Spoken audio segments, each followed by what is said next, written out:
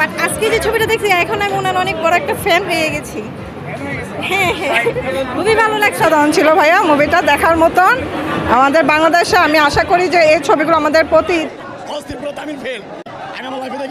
আমার লাইফে দেখা বেস্ট সিনেমা, এমন সিনেমা মনে হয় না আর কেউ করতে পারবে। এবার দর্শকরা ট্রেনে করে আসছে তাণ্ডব দেখতে। তাণ্ডবের লুক দেখে দর্শকরা বলছে এই সিনেমা শাকিব খান কিভাবে করলো। শাকিব নিজের সিনেমায় বাহবা দিয়েছে তো অনেক আগেই। তবে ঈদের দিন দর্শকরা টিকিটের জন্য হুমড়ি খেয়ে পড়েছে, পাচ্ছে না তাণ্ডব সিনেমার টিকিট। দর্শকরা এবার ট্রেনে করে জায়গায় জায়গায় যাচ্ছে তাণ্ডব মুভি দেখতে। তাণ্ডব সিনেমা ঈদের প্রথম দিন মুক্তি পাওয়ার পরে সারা বাংলাদেশে 13 কোটি টাকা ইনকাম করেছে বলে শোনা যাচ্ছে।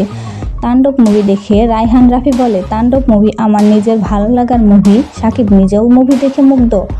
দর্শকরা সিনেমা হলে গিয়ে তাণ্ডব মুভির টিকিট নিয়ে মাতামাতি করছে। তাণ্ডব মুভি দেখতে আসা দর্শকরা আর বারবার করে মুভিটি দেখতে চাচ্ছে। শাকিব খান নিজে তাণ্ডব মুভি দেখতে এসে পড়েছে মহাবিপদে।